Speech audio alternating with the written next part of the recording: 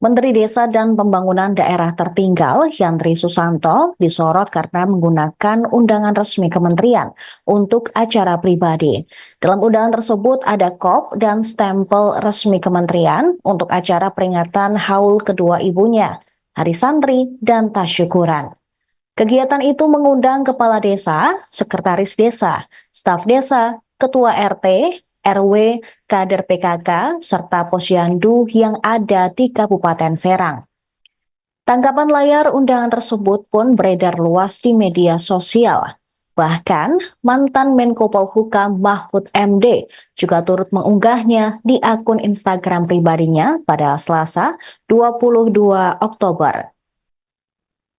Mahfud MD menyayangkan tindakan Yandri tersebut, sebab kop surat dan stempel resmi kementerian tidak boleh dipakai untuk acara pribadi dan keluarga, termasuk pondok pesantren dan ormas sekalipun.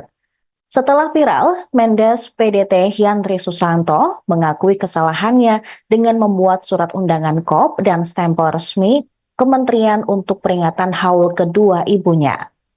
Yandri mengatakan surat undangan acara peringatan haul, Hari Santri, dan Tasyukuran itu tidak disalahgunakan untuk kepentingan pribadi dan keluarganya.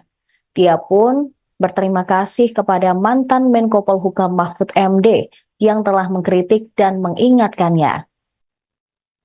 Yandri menegaskan tidak akan mengulangi perbuatan tersebut, yaitu membuat surat resmi yang dikeluarkan oleh kementerian untuk kegiatan pribadinya. Dia juga menegaskan tidak ada unsur politik dalam kegiatan yang dihadiri para kepala desa hingga RT RW di Kabupaten Serang. Sementara itu memang diketahui istri Yandri, Ratu Zakiah, menjadi calon Bupati Serang pada kontestasi Pilkada tahun 2024. Yandri mengklaim selain kepala desa, diundang pula seluruh kepala daerah termasuk pejabat Gubernur Banten Al-Muktabar. Sayangnya Al-Muktabar tidak hadir dan diwakilkan penjabat Sekda Banten Usman Asidiki Kohara. Sementara itu politikus PDIP Lazarus juga menyentil wakil ketua umum PAN tersebut yang seharusnya bisa menjaga suasana politik dengan baik. Sebaliknya, seorang pejabat publik tidak boleh melakukan hal yang menyimpang. Lazarus mengatakan pihaknya nantinya akan mengingatkan Yandri dalam rapat kerja bersama Mendes PDT.